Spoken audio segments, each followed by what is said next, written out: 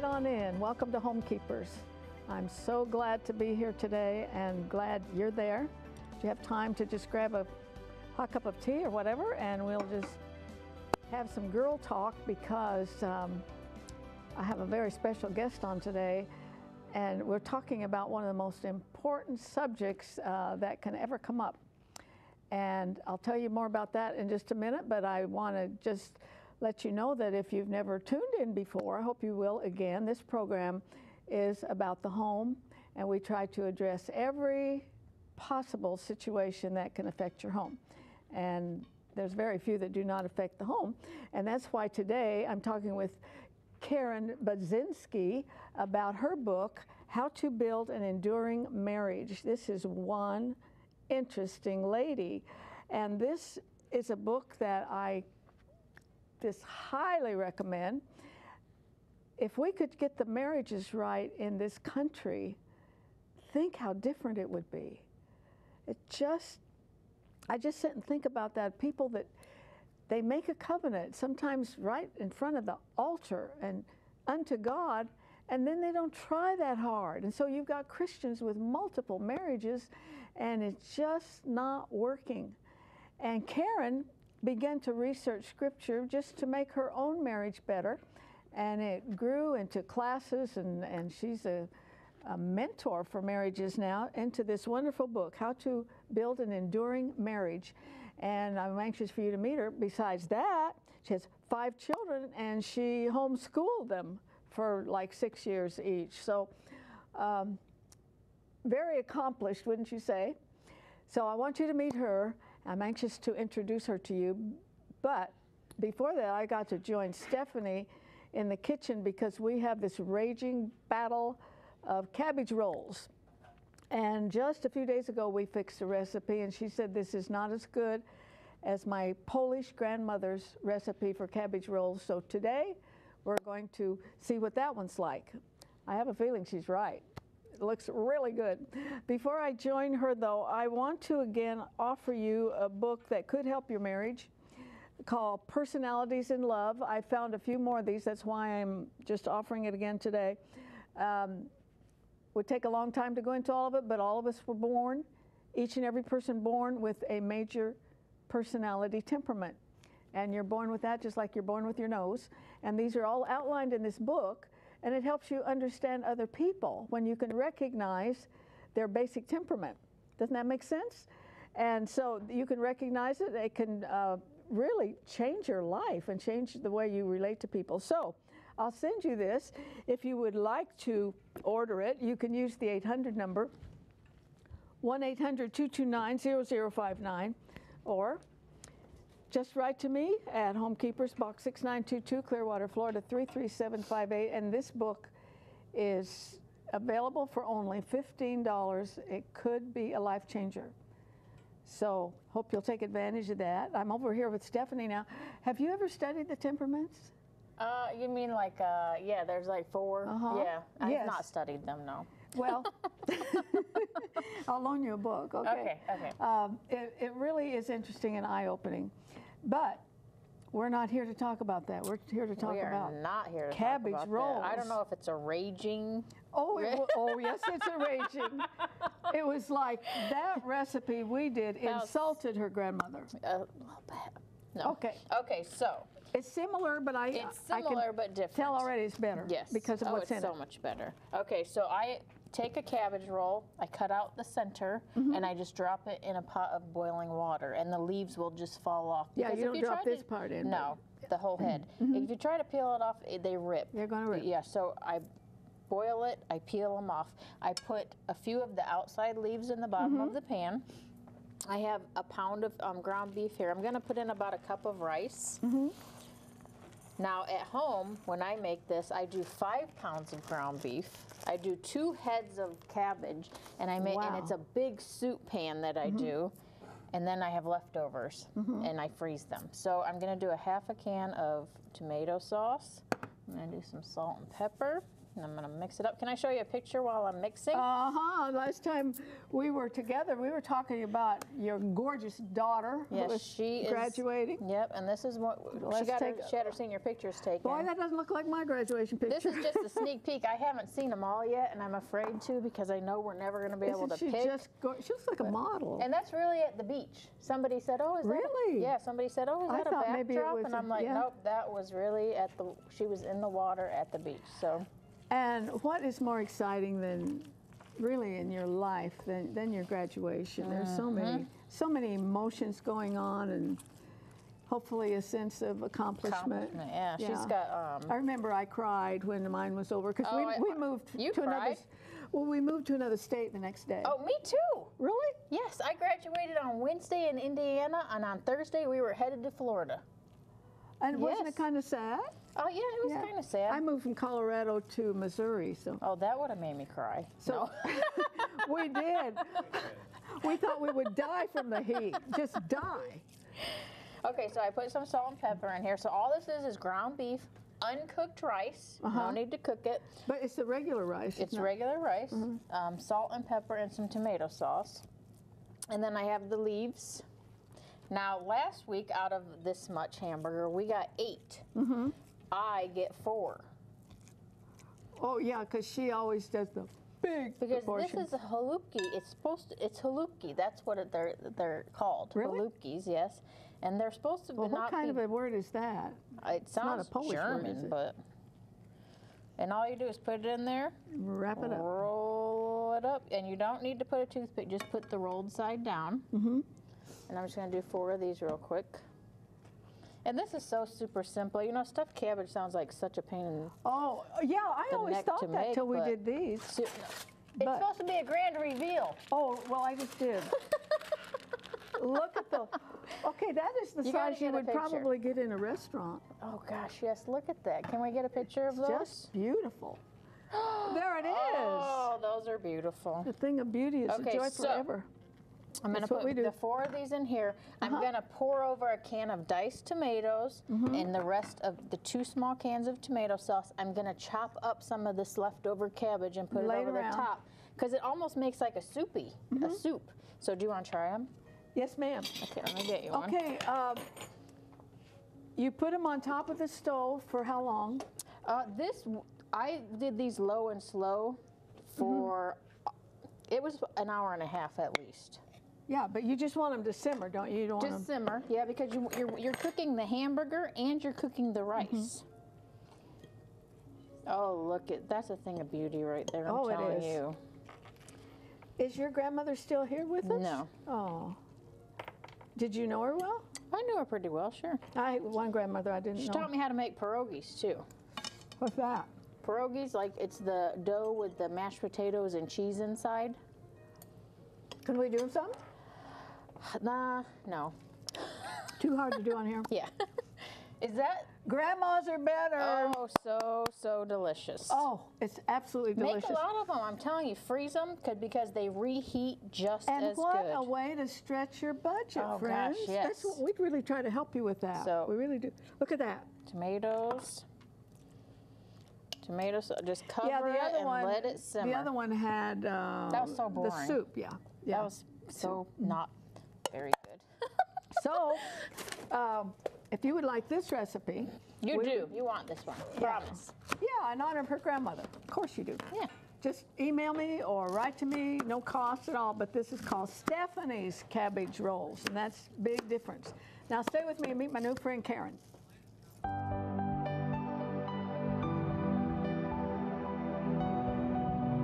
If you would like a copy of today's recipe, just write to the address on your screen, or you can email your request to arthelene@rippy.org.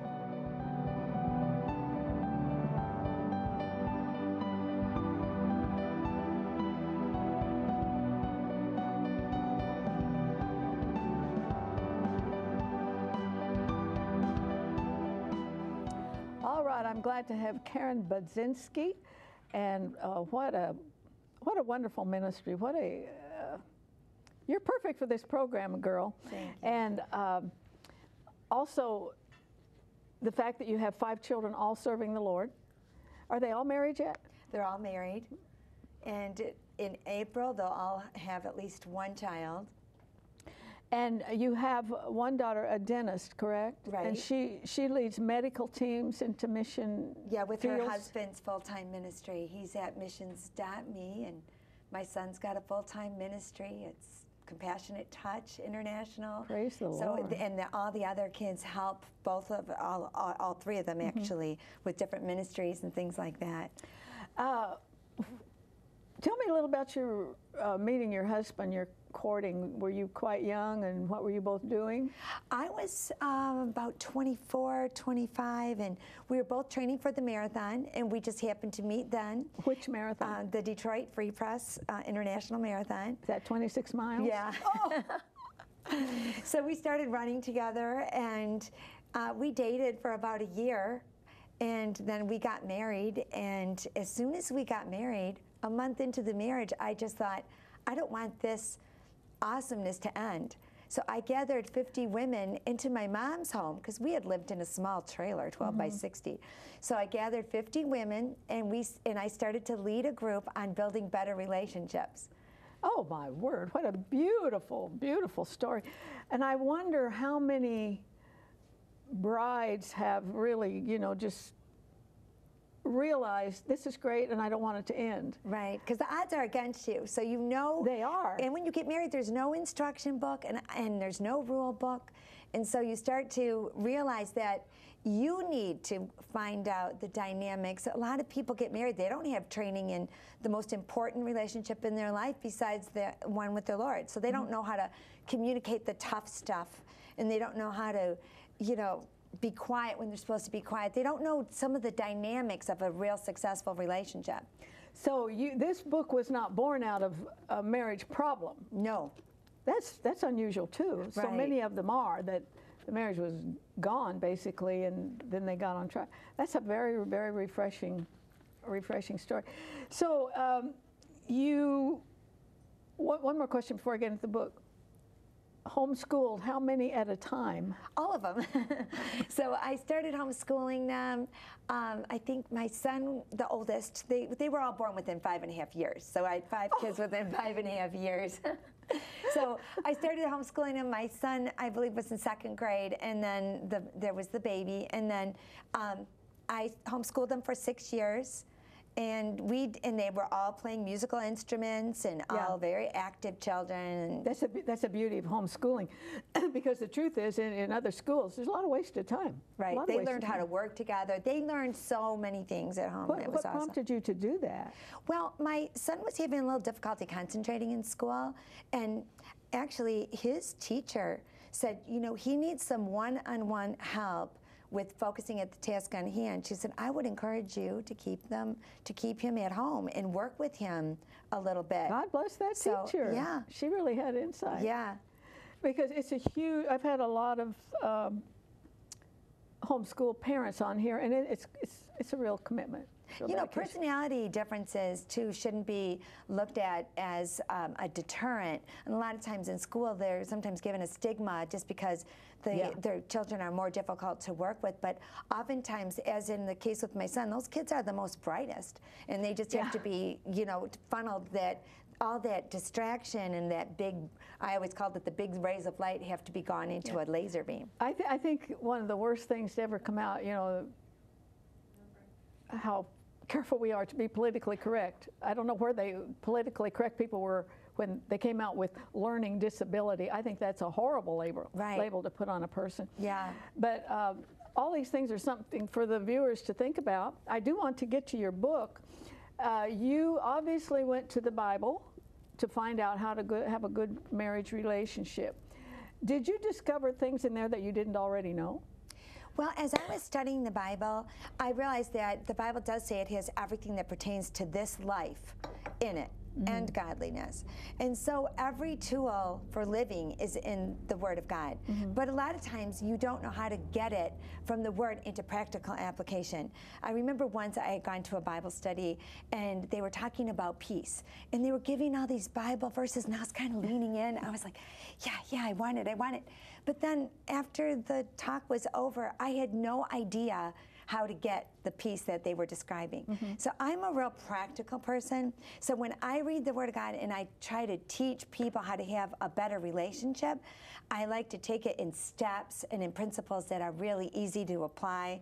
And so really it's basically the principles from the Bible applied. And how do you apply those principles when you want to keep talking, or when you're frustrated, or when you don't know how to handle a tough situation. So that's what my book does, helps you to do that.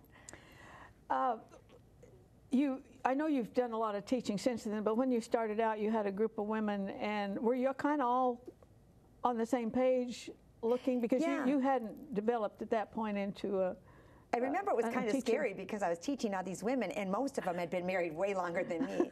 But it was just, it was kind of fun that I did have my daughter's future mother-in-law in that group as well. So a lot of people that later I became related to indirectly.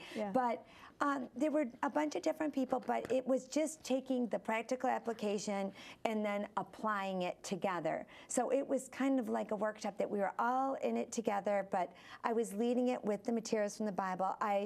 So I just feel like that first group was so effective that then they knew friends that wanted to come, and then they knew friends that wanted to come, so it just kept on going. If more people would go into this with, Lord, change me. I wonder how many wives listening to me right now are just begging God to change their husband. That's so true. There's a lot of women, they'll come in and they'll say, I just want to be loved. And I said, well, you can't control whether you're loved, but you can control whether you're lovable. And I tell the husbands, they want to be respected and, you know, they want to be considered. But I said, well, you can't control whether you're respected, but you can be respectable and you can control that. That's good. So I think it's important too that, like you were saying, I think people get out of it too easily. I like to equate that to a trip on an airplane. When the pilot comes on and says, well, for the next 2 hours we're going to have turbulence. You don't see everyone grab a parachute and jump out of the plane. You know, but people don't know how to hunker down and get through the turbulence to get to their destination. And that's what I think some tools will do.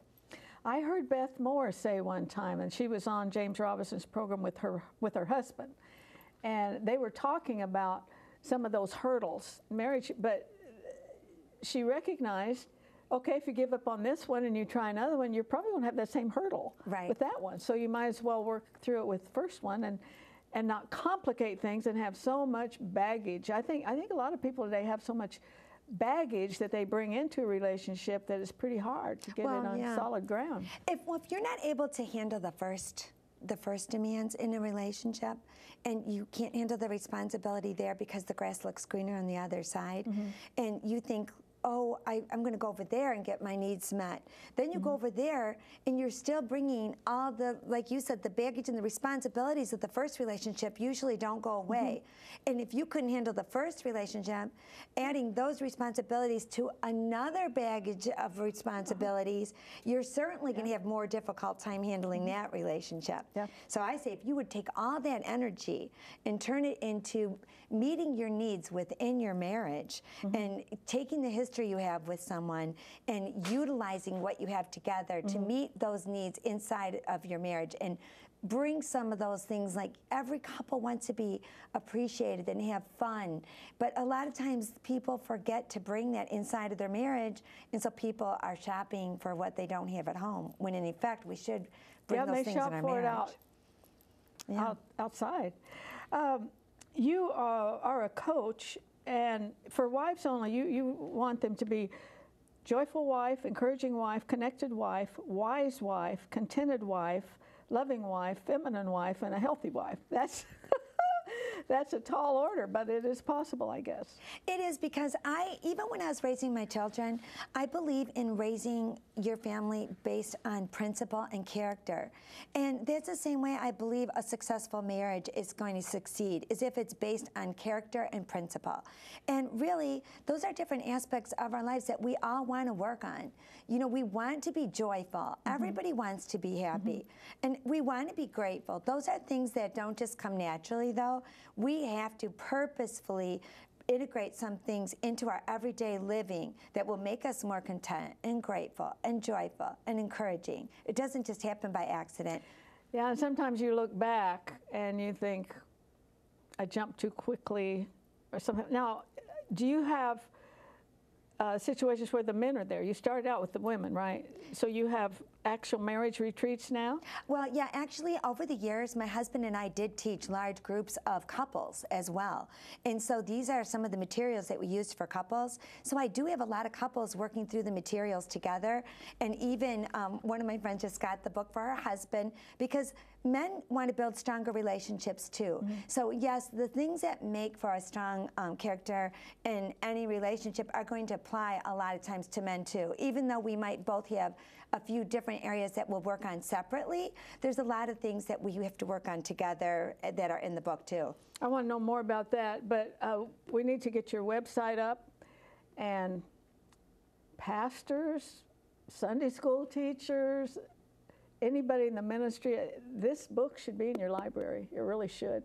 And the website is on the screen, and I suppose I can get it at Amazon and all those regular places. And it's called How to Build an Enduring Marriage. And take it from somebody who has really, as I've said before, done the grunt work. You know, they've dug all the scriptures out, and they've organized them for you. And this is a very, very valuable tool, because sometimes a marriage that looks like a complete disaster just needs a little tweaking. Many times I've had people come to the class and they're just in some kind of funk and they don't know how to get out of it. Mm-hmm. They don't know the principles to get out of it. And that's why we made it so easy, because not only is there the book, but I have a workbook where they could apply what they read in the book personally.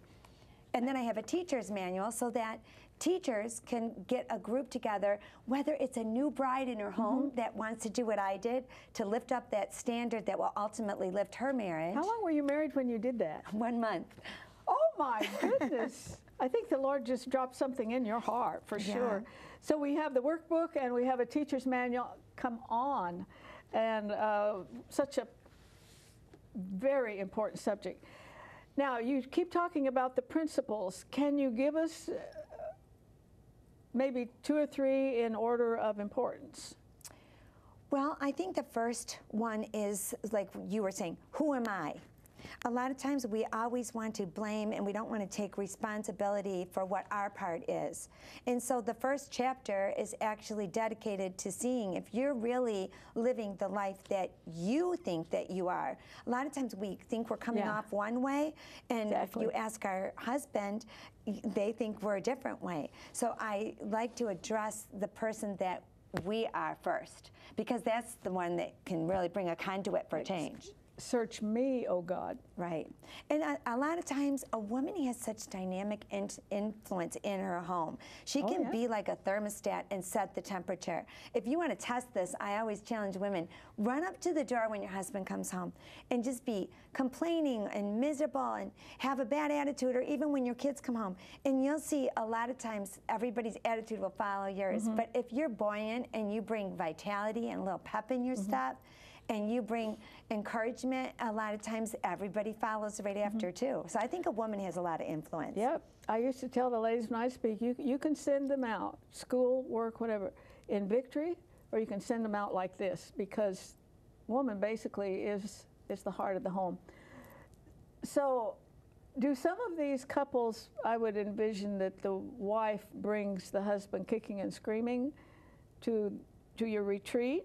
Well, sometimes not. Sometimes they'll mention it, and then they might forego a few things, but then ultimately they'll come. Or sometimes, you know, they'll just have to wait till another time. But a lot of marriages, we've had a couple marriages that were split up that got remarried this year. And oh my! So a lot of times, they'll think they have no hope. But if you start to give them the hope and you bring them back to their history and you start to build their own character and to see the possibilities. So I tell people, if your marriage seems like there's not much to work with, you know, remember there's potential in your relationship, just like that lad's lunch. If the lad, if you will just give the Lord whatever is left, He can take it and multiply it and bless it and use it and you can have a marriage that you never even dreamed was possible. And couples need to look back and think, what was it in the beginning? When my dad married my sisters, you know, as we grew into that part of our life, he had this one paragraph. He kind of saved it for us, and it was to just try to give it. I don't have it exactly memorized, but whatever it was that brought you to this moment, and then when it gets difficult down the road, you saw it once, it still exists. That's right. Whatever you saw there, you need to go back to that and cultivate it, I'm sure. Do single people come to these in this? I mean, is there a gal who's really interested in marriage, but her husband won't come, but these couples do, and so single people come? Yeah, well, a lot of times we'll have a bunch of single girls, or, you know, and single people have to work on relationships as well. So it's really about all good relationships. For example, one of the things I put in my book is it's easier to shut up than sweep up. Now that's going to help an employee, it's going to help a wife. Write that one down. Yeah, and it's going to help a husband. So that's going to help in any of your relationships. A lot of the reviews I've been getting are acknowledging that these books are not just for your marriage relationship, that they will enhance any relationship that you have. Well, you keep going to the principle. Right. So that kind of covers it. We're almost out of time. I would like for you to come back and get into some of the details, but if you would name the number one thing that kind of begins to separate a couple, would it be sexual, would it be financial, or have you kept those kind of records, or do you just deal with the principles? You get that right, you'll get this right. I think if you get the principles right, but I will say the one thing is that couples don't have a realistic view of what marriage should be. I think if they would become more reasonable and more realistic in knowing that when you marry somebody, you don't become their image consultant or their critique, and you certainly don't become their mother, because no one's going to be romantically interested in their mother. So you want to really keep those love fires burning by realizing that you can be happily married if you realize that you're happily different from each other. Yes, and promise me you'll come back. I'd love to come back. We are out of time, and this is really such a book that is so right on and could be very, very helpful, and there's no doubt that God planted this in Karen's heart a long time ago, and seeing the results of what the Lord can do when you turn it over to Him. Sorry, we are out of time, but please join me next time, friends. Remember, there's no higher calling than that of a homekeeper. God bless you. If you should miss a Homekeepers program, you can catch up by going to www.ctnonline.com. Click on CTN Programs and then on Homekeepers.